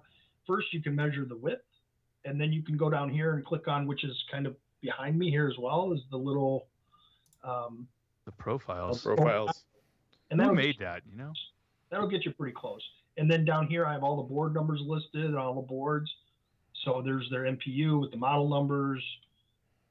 And then I have another thing in here with production volumes where I show all the games and kind of, the year they were made, what's the Williams model number, how many of each did they make? And there's a lot of question marks here, and some of the information I've documented where I got this information from. And then, what the display type is, horizontal or vertical. A lot of this is redundant to what's on, CLAV or the Arcade Museum out there, but I just kind of wanted it for myself in one location. So I'm sorry, Brian, 4116. Yeah. So, I mean, this is one of the things that comes up over and over because Williams RAM, I actually had to deal with this last night with the Blaster board. I had a little fun argument with one of the techs here who's going like, no, we want to use this board that has this blue background. And I told him the stripes were super easy to fix. But you stick with the 4116 on your boards, don't you? I do. And and you have told me why, but I think it is an interesting. People do the 5-volt conversion. I think Arcade Shop sells a 5-volt. They do. They sell a kit. It's just a adapter. Right. Instead of having to cut that. Why do you stick with the 4116? So the mod to use the single voltage RAM, the DRAM, in the 4164, 256, all it's a better RAM for sure. It's more stable, it's less sensitive, all that kind of stuff. So the first reason I stick with the 4116 is kind of because I'm a purist, and I can switch back. Hang on one sec. There we go. I'm kind of a purist, and I like to have the boards all original as possible, and so that's the main reason. But I really started looking into how the mods were done. And when you look at how the hardware is laid out for the board, with the engineers, the hardware engineers designed that board, the 4116, the primary current draw to power the chips is on the 12-volt rail. And then the 5 volts and the -5 is kind of a reference voltage for the TTL. That's what it's used for internally. It's a comparator circuit. And so all the traces on the board, primarily that carry the current to that chip, are on the 12-volt rail. And when the mod, especially the one that's just the connector, they're basically now, the 4164 does draw a little bit less current than the 4116 did, but now you're using the traces on the board that were designed for signal level to carry current, right, to power the chips too. So does it work? Yes. Do the chips run a little cooler? Yes. But is it what the engineers designed the board and the trace widths and the routing to do? No. So I don't know. I'm not a fan just to change something for just to change it. And if you've got clean, stable, reliable 5 volt, -5 and 12 volts, those 4116 will last hundreds of years. The failures on those are due to people not having stable, clean power. Yeah. Historically. So. And what I thought was interesting was, we talked about this in the past, and you'd brought it up then, was the trace just really isn't the size that you would use to run for the 5 volt to run RAM in that capacity. And I do a lot of stuff around modifying boards or like trying to come up with ideas of how to do things. And it is one of the things that, I know with like your board, you pay attention to the lockouts. It was one of the things that irritated me on mine. I kept like, why aren't the lockouts working with these switcher power supply conversions? And so there are a lot of original intents in these machines, and the people that made them, they weren't dumb. They knew what was available. They made decisions. This is what we're going to do. I mean, there is a point where there were some limitations, but it's interesting to watch people come up with mods now and think like, okay, I'm being smart about this. And it's like, well, right. Maybe they knew what they were doing. Maybe you don't. So yeah, the other thing is too, if you look at on power rails on all like TTLs, every board you see has one of those little 0.1, 0.01 decoupling capacitors on it, right? Yep. So the way that those decoupling capacitors on the 4116 are laid out are not to have the chip powered off the 5 volt side. They're on there to be powered off the 12 volts and have the signal on basically the reference voltage on the 5 and -5. So there, it works. It's not a lot of downside to it, but in my opinion, the further you start going down the rabbit hole of deviating from intent, you might as well just put a J-Rock and be done with it, right? I mean, where do you draw the line? You put the NVRAM and you put the different DRAM in it and all that kind of stuff. I mean, I don't know. It's kind of the purist versus other thing, but like if you have the clean power and you get them working, they'll be super stable. So. So don't put on the dimmer switch in your house. Check. Yeah, right. And those line filters that people tend to bypass, they do wear out over time. I change them on every one of my restores. And I put a new MOV also, the metal oxide varistor that kind of clamps. If there's a spike, it'll short out and blow the fuse if there's a lightning hit or something. It's funny that one of the local arcades had a row of their cabinets on the dimmer switch. And, no way. After they blew out their Tempest 4 times, they figured it out. That's ridiculous. Yeah. So, let's see here. Blaster update? Yeah. Yes. So Williams made a lot of kind of like not one-off, but like very short-run prototype. I mean, a lot of the companies did, but Williams, like the Sinistar Duramold, there's like 6 of them or something. So you found, so Blaster primarily came in the Duramold cabinet, right? That was, the standard for it, but you found a Blaster wooden cabinet. How many of those were there? My understanding is there's less than 10, somewhere around that number probably made. They're all XP serial numbers, so they're all experimental prototype cabinets. I think they were probably all made to go to shows and for testing locally at the local arcades to kind of, they watch the kids play and see how long they got on a quarter and all that kind of stuff if they were frustrated. And then those ones typically went back, to Williams and were repurposed or, changed or, engineering sample type things is my understanding. So, yeah. And this one turned up in the Chicago area, pretty close to where Williams was. So, I mean, gorgeous cabinet compared to the Duramold. I will say I have my least favorite blaster version. You have my second favorite blaster version. There is one version that I think is even better than that, but is like there's like 3, right? Yeah. So I know the guy that has one of them. What are we talking about? What's that? What's the third one? Cockpit blaster. Cockpit. Yeah. It is. Yeah, it's pretty. So what Brad has is amazing because the Duramold's neat, but it loses all the artwork. I mean, all you have is this little control panel, which is like, a quarter of a circle cut, like, whatever.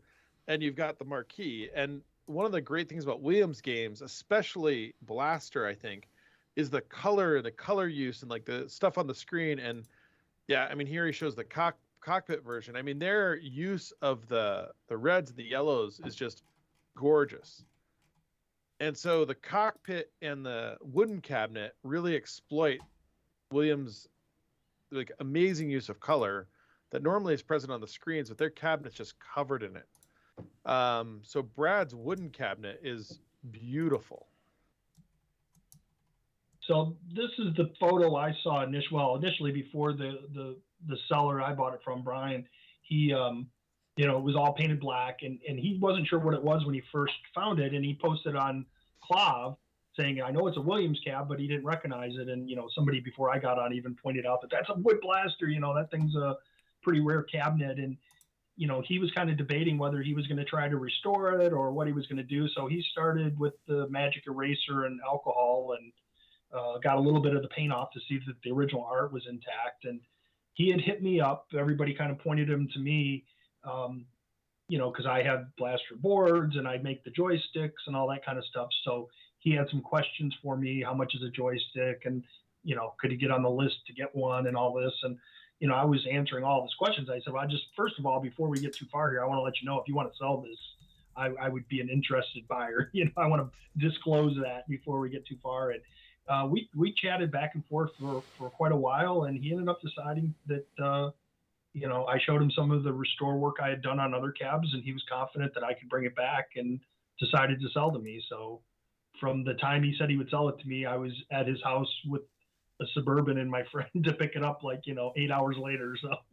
So drove to Chicago from Michigan. So, that's and cool. Just for reference too, that was the control panel. This thing was converted to a Street Fighter 2.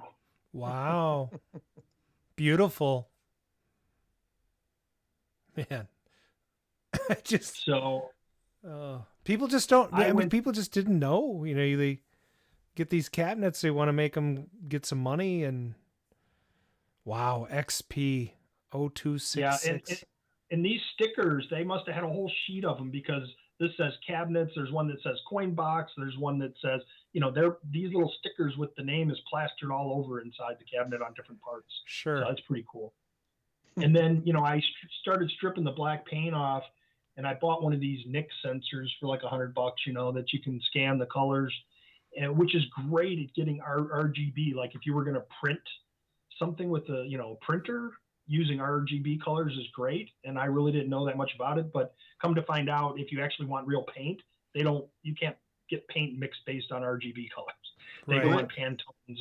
Yeah. So I ended up borrowing from a friend of mine this kit. This is called a Pantone kit. It has a little scanner and all these color wheels, and these things run like $2,000. Wow.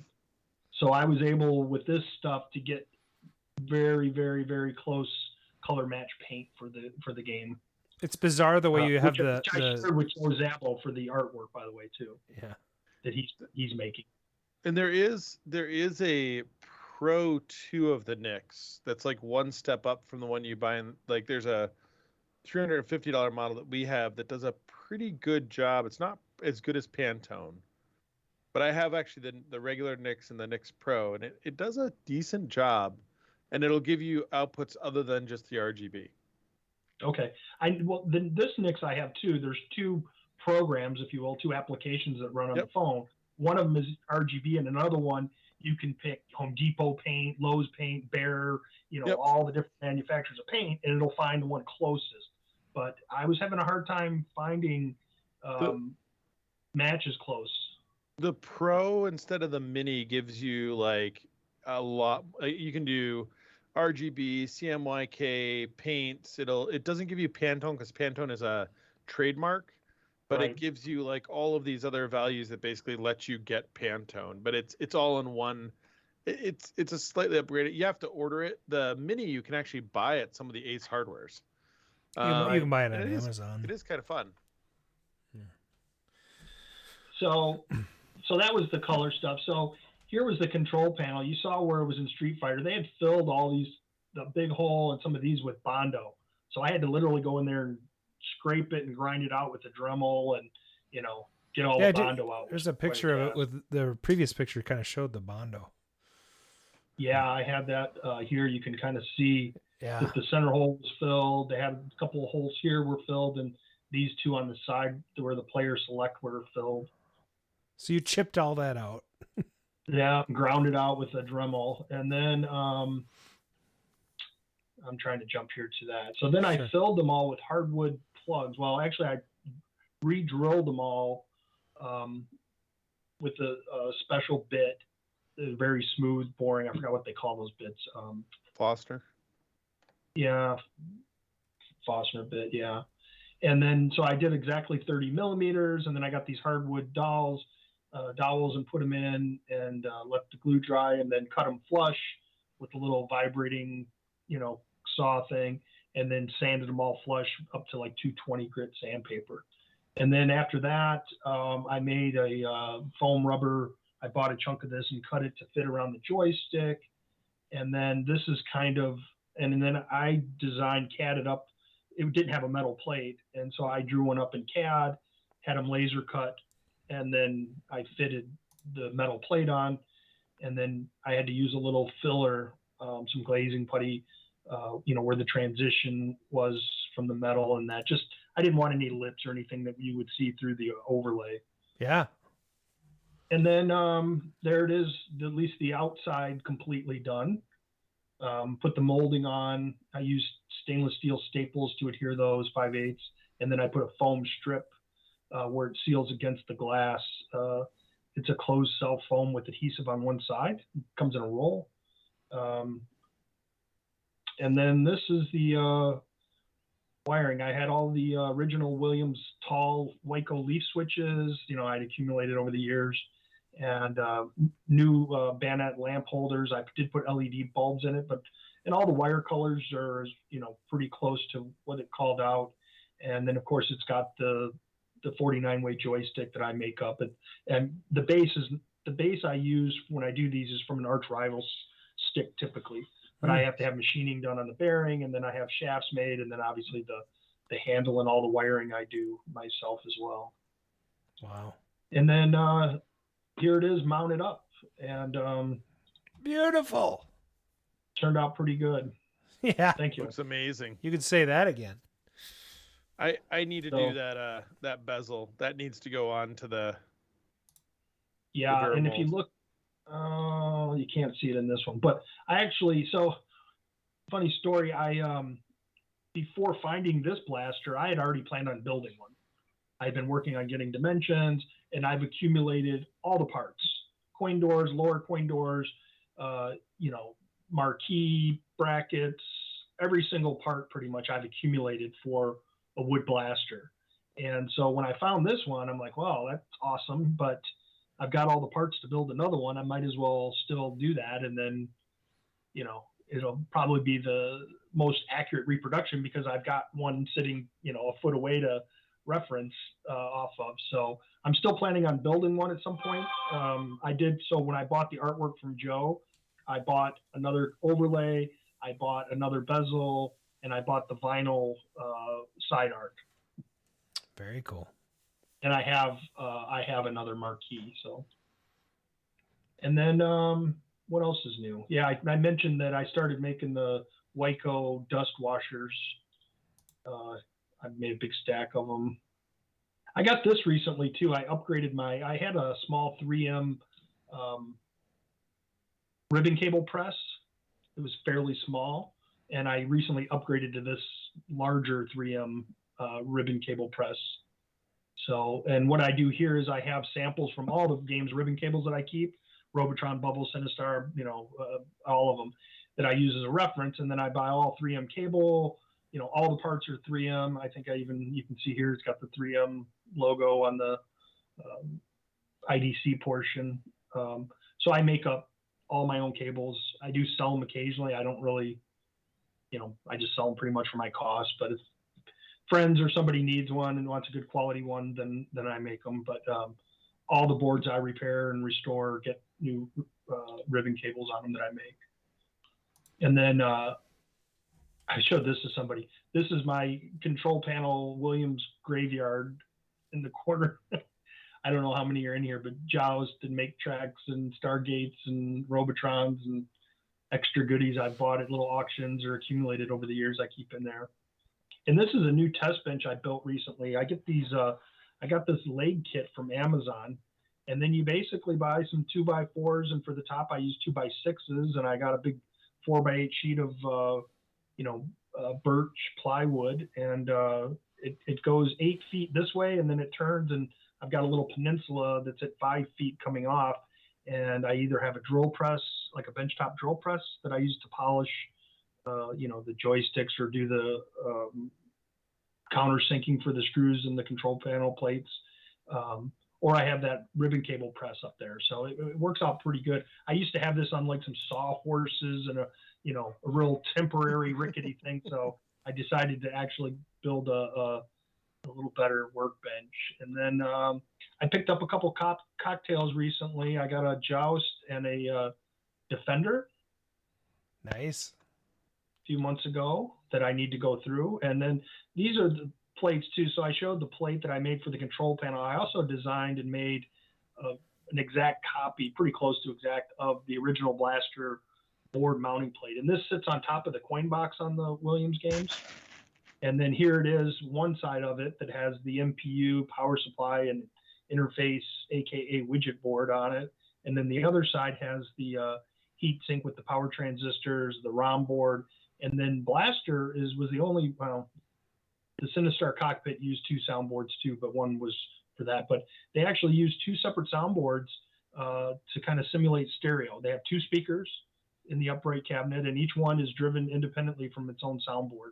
Interesting. Kind of slick. And then the potentiometer for volume is a single shaft, but there's 2 5K pots that hang off of it. So each one is independently controlling the volume on each soundboard. So it's isolated to right and left channel. So what's interesting about that too is that that's the exact same panel they used in the Duramolds. Yep, it is. Yep, and it's also the outer dimensions and everything. The little slots up here is the exact same as Mystic Marathon. Just the standoffs are in different locations. That's awesome. Even holy education, Batman. We're smart. Wow, that's a lot of awesomeness. I mean, your restorations are like next level, dude. Thanks. This guy sent me, a good friend sent me a bunch of arch rivals, the orange ball top beat up joysticks, and said he wanted them restored. I said, well, what do you want? And he said, well, give me 4 Sinistar 49 ways and 3 Bubbles, Mystic Marathon, they'll work in 8 ways. So I make a custom board to convert the 49 way to 8 way. This is actually a copy of the original 8 way boards, but I make another one that has dip switches and you can configure it for different modes. So those turned out pretty nice. I started making these about a week ago for that Tony Arrowwood that's making the control panels. These are the latch brackets that go on the control panel. So cabinets that are missing the control panel, or they were converted to where some of the conversions had like a metal control panel on the Williams game. So people are buying the wood ones from Tony and they need these brackets. The latches themselves are still on the cabinet, So I design these and I get them made. They're laser cut and then CNC bent, and then I purchased all the correct fasteners for them, and they go here on the control panel. Yeah. Very cool. And then again, I'm making the Robotron plates, and then those dust washers go with it, and then where else? So I make all the plates. So this one's for Sinistar, the steel plate. I do the Bubbles, Moon Patrol, Joust. I obviously made one for Blaster. I only had a couple made of Blaster though. Well, what's that chip down there? Go down to the left. Oh, yeah. So I make these. So if you know, on the Williams game, they have 2 video decoders that are bipolar proms, right? So on Defender, it's decoders 2 and 3, and then they yeah. On Stargate and use 5 and 6, or 4 and 6, 4 and 5, and then on the Joust and Robotron and all those, they use 5 and 6.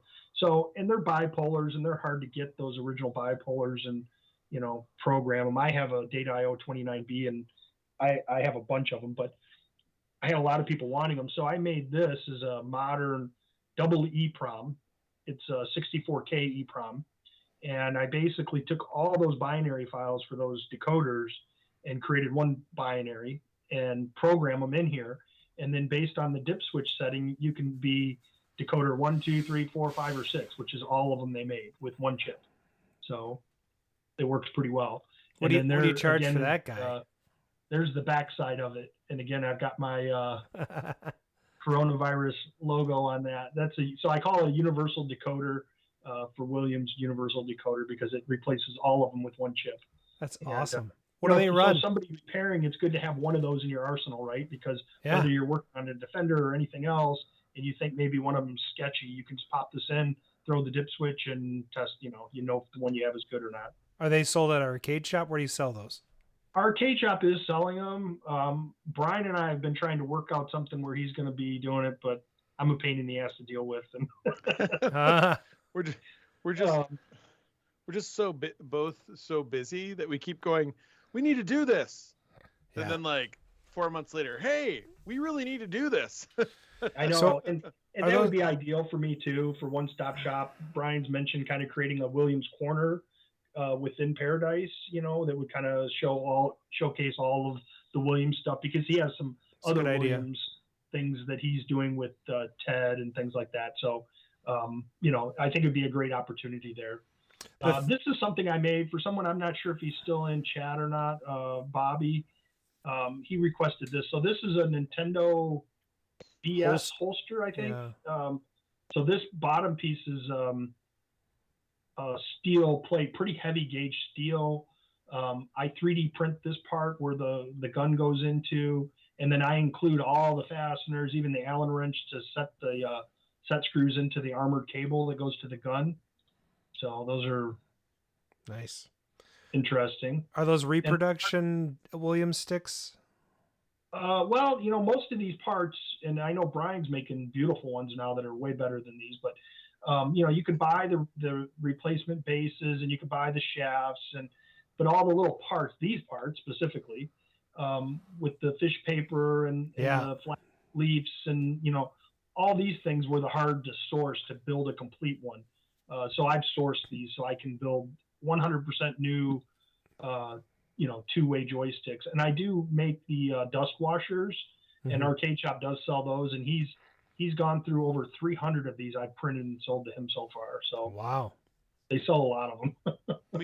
we will have, ours will be there, but they are a little different because we did all the pivot points are the same, the travel's the same, all that stuff, but we are using brass bushings. Yeah, so they are a little different. But we are having all the pieces that you showed. We're having those remade because I need 2,000 of them. Right. Yeah, for those ice cold beer you're doing, I mean, that's going to be fantastic. Yeah. And again, I've been, accumulating Williams. So these are soundboards I have, and this is there's ROM boards, and I think there's probably 60 in each case. So there's 180 ROM boards. Stargate. Defender, 180 times, what do they go for? $50 each? What? No. And there's some MPUs. There's a Mystic Marathon, and then for testing too, these HP comparators, I made a little rack here to hold them, the cards, the comparator cards. And if anybody wants the STL to print that, send me an email. I'll share it with you. A lot of people, here's what the rack looks like that holds those. Mm-hmm. Very cool. And then I also make something that's pretty interesting. So the special chips, the blitters on the ROM boards, when they went to the Gen 2, the Blaster, and then Splat, and of course Turkey Shoot and Joust 2 and Inferno and all that, they use what SC2 is, a special chip 2. And there was basically a problem with D2 was inverted on the first, so they corrected it. So I made a custom board to test the blitters and to test ones I make. And then with the help of Sean Riddle, who did a lot of the coding, I program up this GAL, which is a programmable logic device, a PLD, and I'm able to hide it inside the socket. Oh my God. And then you take a regular SC1, the special chip 1, and plug it back in so you cannot tell that it's been modified. And it converts that chip functionally into an SC2, which allows you to then run Splat or any game you want that uses the SC2s. Because the SC2s are unobtainium. The only way you're getting those is if you take them off another board, pretty much. So for now. Even the SC1s are becoming harder and harder to find. Yeah. Oh, yeah. You basically have to, sacrifice a Joust or Robotron ROM board to get them, Now, and then I have a Inferno that I'm doing as well. This is a reproduction cabinet, but I do have boards and all the coin door. Every part in here is from Williams. So I was on hold waiting on a couple things that now that log jam has been cleared up. So I'm going to get back on the Inferno and should have that done here before spring. Now, Brad, taking a step back on the comparator, you also are one of the ones who's really pushing the FPGA Cat Box for use with the. Are you still using that with the Williams boards? You were doing a lot of. Yeah. So let me go back to my screen here. So I've been working with Fred Cawthorn and a few other guys on that FPGA Cat Box. Yep. So it was set up to emulate or to simulate the 6809 CPU, which is the Williams boards, and they really didn't have much configuration done to utilize that tool. So they were having a weekly meeting on every Tuesday at 7:00. So I got an invite, and I've been attending that for probably close to a year, maybe 8 months, something like that. And since I've started going, we've made a lot of changes, and then I've been doing all the work not all the work, don't get me wrong. I've been doing a lot of the work testing on my bench and testing some of the work Fred's been doing to add functionality and signatures. And now we're able to test the blitters, and we can test all the input and output on the ROM boards. And so, I mean, really, you can plug in this FPGA Cat Box, load up Robotron or Defender, and with one click of a button, you can verify all the ROMs. You can test all the RAM over and over and over, including the CMOS. You can check all your I/O, and then if you do have a RAM that's bad or a bank, you can pull out the signature analysis, and it'll tell you go to this pin and put it on. Go to chip 3C and put it on pin 11. And if the signatures map, it actually talks to you and tells you to go to the next pin. It tells you exactly where to go. So it walks you step by step, and then, okay, this IC is bad. You change the IC, and ideally that fixes your problem pretty quickly. So, and what's kind of cool about this, I mean, and Brad kind of glanced through this, right? So the FPGA Cat Box obviously Atari, and like you said, it was made with the 6809s, but like all of this stuff is mapped out in Atari documentation in like great detail. It is not mapped out in the same detail in Williams documentation. And so Brad has been absolutely instrumental in creating this stuff, which is all shared. So if you own an FPGA Cat Box, which you have to buy from Fred Cawthorn, you buy the pieces and then it plugs it. But anyways, very, very simple thing. All of this work they've done, you can have. Like, it's just out there. And so this tool for fixing boards is now like, you can buy it, you can use it, you can use the work that Brad's done. It may not help you think like Brad, but it may help you identify some things on boards in a way that like is just kind of next level. You deserve a lot of credit for the work you've done there. So and I will say that Fred is just a brilliant guy, and this thing is off the charts. And it started off as him, I think, trying to duplicate the Atari Cat Box, but it does so much more. That Cat Box has limited reach to only components that the CPU has control over, right? Where with what Fred has done, you can actually call out and do bank switching to switch to different memory locations. You can send fixed images out. So for instance, half of the Williams board is rendering the image out of RAM to the screen. The CPU has no direct control over any of those components, right? So, but by sending a known image out, so let's say it tests good to RAM, but coming out of RAM to rendering to the screen is bad, you had really no way to check that, through the PC, through the tools. So now we can send known images and get known signatures on ICs, repeatable. And if they don't match, there's a problem, So it does a lot more than the regular Atari Cat Box does. So, wow. And now it's got Z80 support. He's got a Z80 module, and a lot of people are using it and adding new boards, and it's very powerful. No, and when you say a lot of people, it's not. It's surprising to me how there isn't a huge crowd. I mean, there are a number of people doing it, but it's not. I mean, this really is 100% worth picking up. If you don't have one, if you work on boards, if you want to play around with them, the work these guys are doing is amazing. So yeah, and Fred sells them way lower than what he could be. I mean, under a couple $100 for it, I think, if I recall. It was, it's pretty reasonable. I bought another device from a guy called a Slice Tool. I think you have one, Brian. Yep. And by the time that thing was shipped and buying this other thing, I mean, it was like $600 deal. It's a powerful tool also, but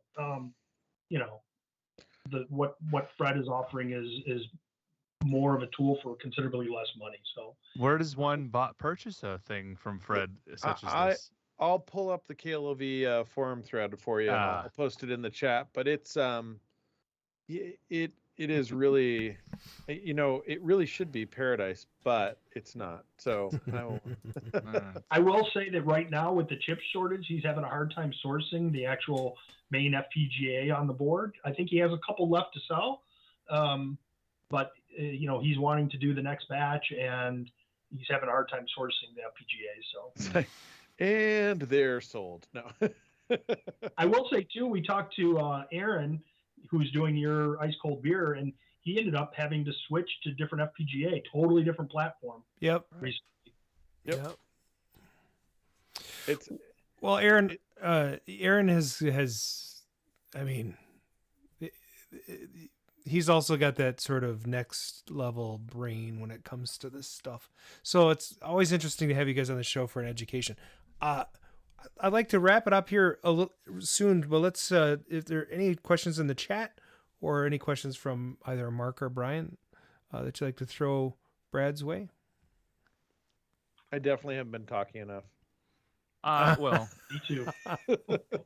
When we met up on the after show chat, so I pretty much grilled him over there because I have a turkey shoot with some funky bits inside. So, yeah. But we'll talk about that offline here. Sure. Yeah, Brian has a blaster he wants looked at too. So again, right now, I have a pretty good backlog of repairs, and again, I have a little anxiety.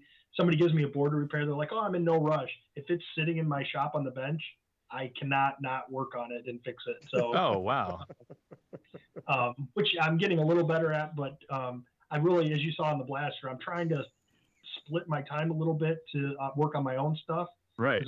Hey, how's that blaster coming? Is there an update? I'm like, man, I've had so much repair work. I really haven't had time to work on it. So I'm trying to split my time and find a little more time. But with the turkey shoot, I'm happy to take it on and get it fixed up for you. I typically don't just do a fix either. I have to change all the electrolytic caps. I change all the Molex headers. I'll put a new, Wow. If your battery holder's jacked up, I'll put a new one with the AA lithiums. If your labels are jacked up, you'll get new reproduction labels. It'll be all shiny, sparkling new. I'm missing the linear power supply, and so as a result, things act funky. Yeah, I can provide your power supply too. That's amazing. Okay. Yeah, I really need a cockpit Sinistar metal tray holder. Do they have that? Well, there's a custom metal tray in the cockpit Sinistars, which actually I do know somebody who has one, and I need to get it so I can copy it. Okay. Well, I don't have any other questions either. Did we look at the chat? Yeah, I didn't see. All right. No, can't ask that question. Well, I got to tell you, the chat's been very attentive tonight. So lots of people here to see you talk. So it's been great having you on, Brad. Why don't you stick with us after the show, and we'll have a proper send off. And you guys ready to wrap this up? If I can find my browser again. I have a button. Show notes. Okay, I'm in. You need to get one of these. They're awesome. Yes. And I have another button for bringing up the outro. So there you go. So fancy. All right, let's do this. Thanks for listening, and this has been the Double R's. That's Arcade Radio. Hey, check out our website, arcaderadio.com. That's RCADERADIO.com for all of our social media and swag links.